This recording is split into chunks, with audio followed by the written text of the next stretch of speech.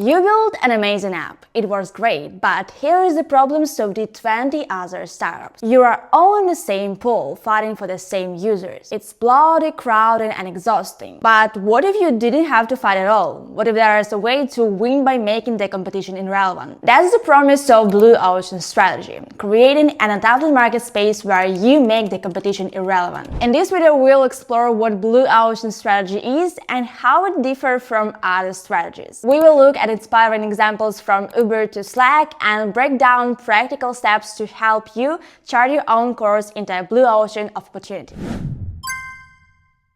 Let's say you are building a startup. Everyone's telling you find your niche, outperform the competition, grab market share. But what if I told you there is a smarter way? Let's talk about Blue Ocean strategy, a business approach introduced by Chan Kim and Renee Mabor. The core idea is pretty simple. Instead of competing head-to-head in overcrowded industries, the red oceans, find new market space, a blue ocean, where you can sail freely without battling sharks, aka competitors, over the same prey, customers. The blue ocean move isn't just about being different. It's about being different in a way that delivers great value at low cost, so that you attract a completely new pool of customers. The authors use a powerful metaphor. Think of competitors as sharks. That's why the red ocean is red. It's full of blood from intense competition. In contrast, a blue ocean is wide open, calm. It represents the best opportunity that exists when you are not surrounded by rivals. And here's the key insight. Blue ocean companies don't win by doing what everyone else is doing, just a little better. They don't play that game at all. They change the rules. They don't compete, they create. For startups, especially those short on resources, this approach is the game changer. Instead of wasting your energy trying to outperform giants who already dominate the space, you look for a completely new space where you can be the leader from day one. It's helpful to compare a traditional strategy with Blue Ocean strategy to see how fundamentally they are different. In this table, you can clearly see the key differences between Red Ocean and Blue Ocean strategies. And these differences show why the Blue Ocean approach is so powerful. Instead of fighting for space in our crowded app category like launching yet another food delivery or photo sharing app, a startup that discovers a Blue Ocean is essentially writing its own rules. You're not joining an existing race, you are starting a new one where you are the only runner. That's why growth in the blue ocean can be fast and sustainable. There is little to no competition at first. Sure, success attracts imitators, but by the time they show up, you are already built momentum. You are the pioneer, and that's a hard position to copy. For startups, the blue ocean approach is more than just strategic theory. It can be a survival tactic and a formula that outsides success. And here's why. First, you avoid head-to-head battles. Most startups don't have the money, team, and user base to take on big guys directly. If you try to out-Uber or become slightly better Instagram, you are trapped in expensive, exhausting feature war. But blue ocean strategy frees you from the trap. Instead of chasing an overcrowded market, you build something where no one else is competing yet. That's exactly how Slack did it. They didn't try to replace email or copy enterprise chat tools. They created something totally new, a fun, flexible, team-first way to communicate. They define a new category and become the default tool by doing so. Second, you unlock new customer pools. Blue ocean thinking shifts your focus from who is your customer to who isn't and why.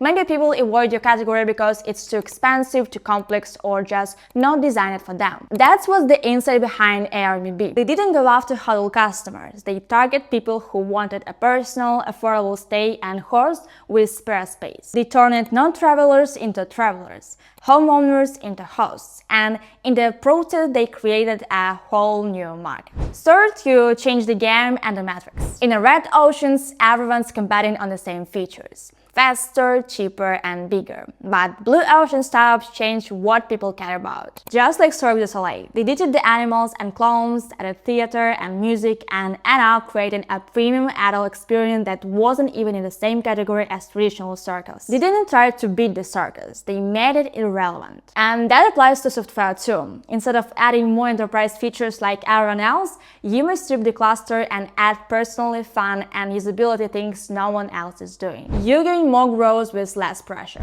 In a blue ocean, you can scale faster and more profitable because there is no bottom bar, no endless ad to spend. You are the only one meeting the new demand. Look at Netflix. When it started mailing DVDs and later moved to streaming, there was no serious competition for years. By the time others caught up, Netflix had the lead in content, tech, and user base. For a startup, that kind of head start can mean the difference between becoming the category leader or just another player stuck in a race to the bottom. In short, blue ocean strategy matters for startups because it's about working smarter, not harder. Instead of spending your pressure capital on ads to steal customers from others, you spend your energy on innovation, creating value where there was none, and in doing so attracting customers who had been overlooked. It's a chance to set the rules on your own terms. You have to stop obsessing over competitors and instead obsess over customers. The best way to understand blue ocean strategy is to see it in action. Many successful companies, including startups that grew into giants, have employed blue ocean strategy to great effect. Here are a few canonical examples that demonstrate how blue oceans are created.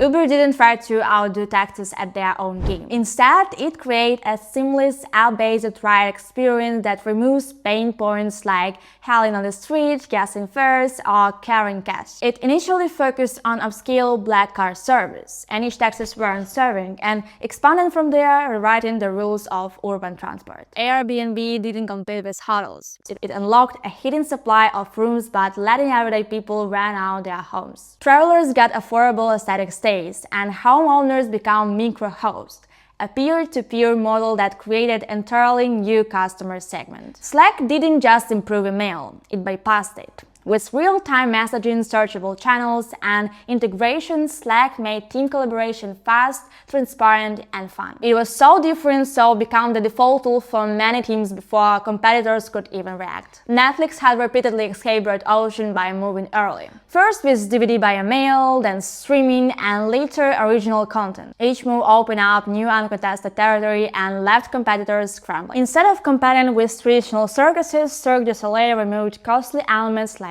animals, acts, and star performance, and added theatrical storytelling, music, and design. The result? A new kind of live entertainment for adults, more like theater than circus. That charged premium prices and made traditional competitors irrelevant. These companies didn't win by competing harder, they won by making competition irrelevant. These examples, and many others from Apple iTunes to Nintendo, highlight a common thing. The companies didn't win by playing the same game better, they won by changing the game entirely. They identified gaps or needs that no one was addressing and innovated their way into those gaps.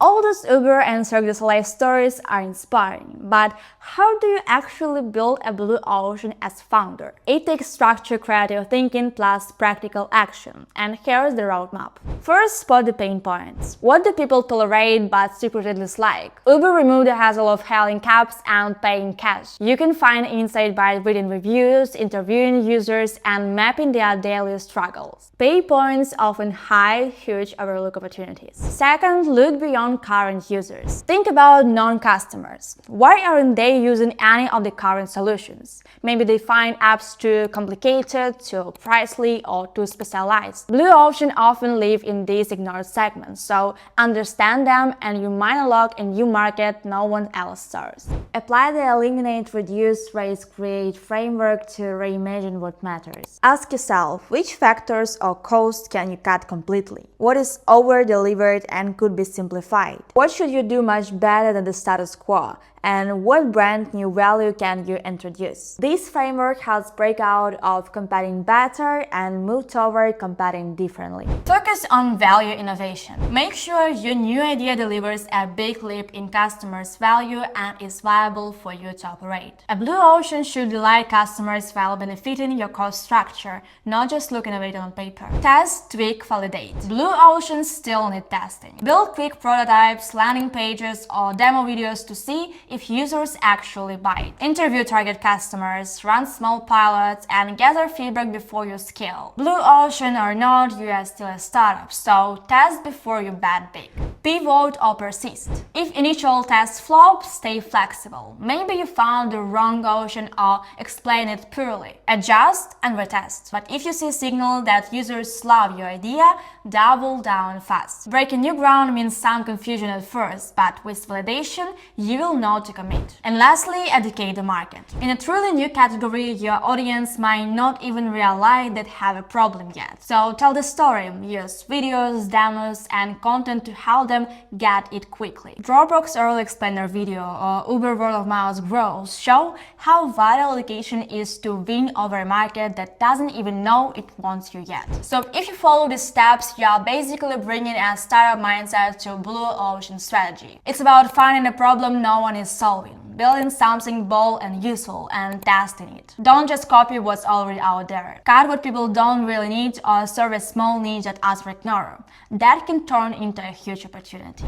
And before we wrap up, a dose of reality. The blue ocean strategy is powerful, but it's not a silver bullet. There are challenges you should be aware of. Sometimes what looks like a big opportunity turns out to be a mirage. Just because no one's doing it doesn't mean people want it. Maybe there is no demand or habits are hard to change. So always validate your idea. Talk to users. Make sure it's uncontested space, not empty one. You could be too early. If the tech or infrastructure isn't ready, the market won't be either. Or too late, then it's no longer a blue ocean. The key here is track trends. Don't guess wildly, but do time the move when your market's starting to shift. Even a brilliant idea will flop if the product is clunky or unreliable. Plus, if your idea works, others will copy it fast. So use your head start. Build trust, grow fast, secure a network effect that protects you, like Netflix did with its content and recommendation engine. Some ideas need big money or long-term vision. If you are doing something ambitious, plan for how to get the support you need. Break it into steps, show early proof, or use existing tools to test the waters before scaling. The key is not to be scared off by these challenges, but to approach blue ocean strategy with eyes open. It's a powerful approach, but not a magic wand. In the right hands, it can lead to remarkable success, but only when combined with strong execution,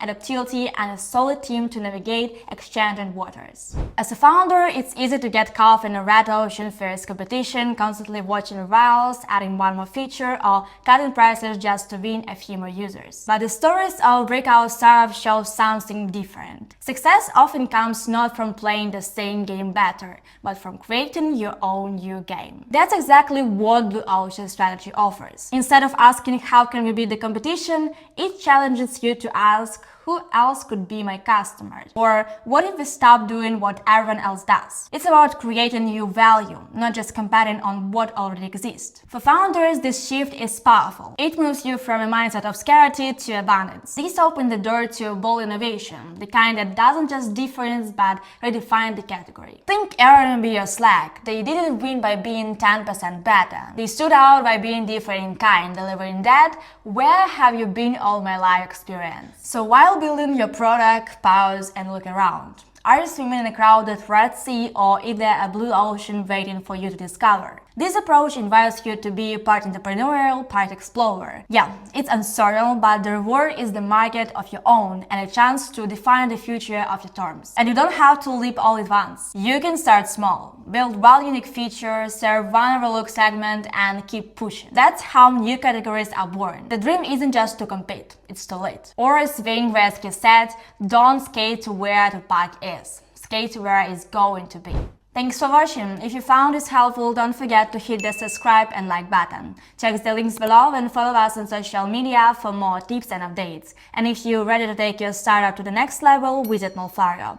We will help you build fast and smart. Catch you next time!